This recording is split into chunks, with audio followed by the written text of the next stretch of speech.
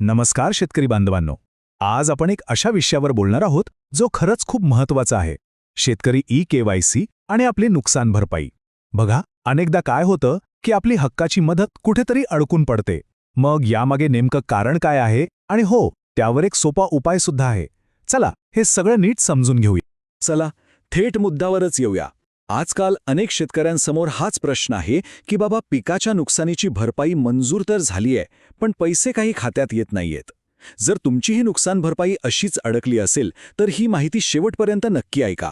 परिस्थिती बघा नेमकी कशी आहे. शासनाच्या यादीत आपलं नाव आलेलं दिसतंय, म्हणजे काय तर भरपाई मंजूर झाली आहे. पण जेव्हा आपण बँकेचं खातं तपासतो तेव्हा तिथे पैसे काही जमा झालेले दिसत नाहीत. खरं तर ही खूप निराशाजनक गोष्ट आहे, पण घाबरून जाण्याचं अजिबात कारण नाही. तर मग या सगळ्या गोंधळामागचं एक आणि एकच मुख्य कारण आहे, आणि ते म्हणजे अपूर्ण ई-केवायसी. हो, तुम्ही बरोबर ऐकलं.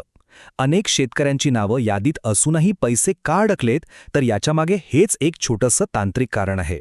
मग आता तुम्हाला प्रश्न पडला असेल की ही ई-केवायसी म्हणजे नेमकं काय भानगड आहे. तर ही काही अवघड गोष्ट नाहीये. एकदम सोप्या भाषेत सांगायचं झालं तर आपलं आधार कार्ड वापरून आपली ओळख सरकारला डिजिटल पद्धतीने पटवून देणं, यालाच ई-केवायसी म्हणतात. पण ही ई-केवायसी करणं इतकं गरजेचं का आहे? याचं कारण असं आहे की जोपर्यंत तुम्ही ई-केवायसी पूर्ण करत नाही, तोपर्यंत शासनाकडून मिळणारी कोणतीही मदत, मग ती नुकसान भरपाई असो किंवा इतर कोणतीही योजना, ती थेट तुमच्या बँक खात्यात जमाच होऊ शकत नाही. सरकारी पैसे थेट खात्यात यायचे असतील तर हा नियम आता बंधनकारक आहे.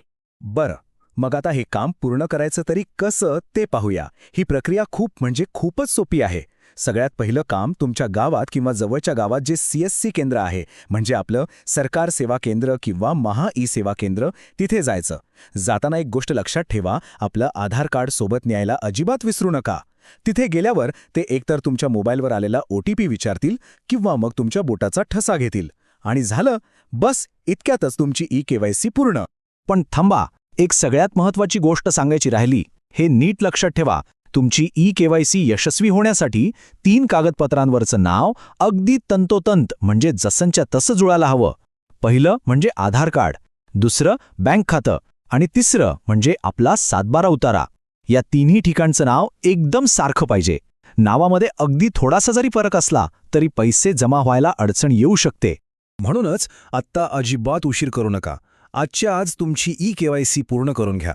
आपल्या हक्काचे, एवढ्या कष्टाच्या नुकसान भरपाईचे पैसे केवळ एका छोट्याशा कामामुळे अडकून राहता कामा नयेत. आणि हो, ही महत्त्वाची माहिती फक्त आपल्यापुरती ठेवू नका. तुमच्या ओळखीचे, गावातील इतर जे शेतकरी बांधव आहेत त्यांच्यापर्यंत ही माहिती नक्की पोचवा. का माहीत, कदाचित कोणीतरी याच समस्येमुळे त्रस्त असे, तर त्यांनाही तुमची मदत होईल. तर मग या सगळ्या माहितीचा सार एकाच वाक्यात सांगतो: तुमची ई-केवायसी पूर्ण करा आणि आपल्या हक्काची नुकसान भरपाई मिळवा. लक्षात ठेवा, ही एक छोटीशी पायरी तुमच्या मोठ्या समस्येवरचा पक्का उपाय आहे.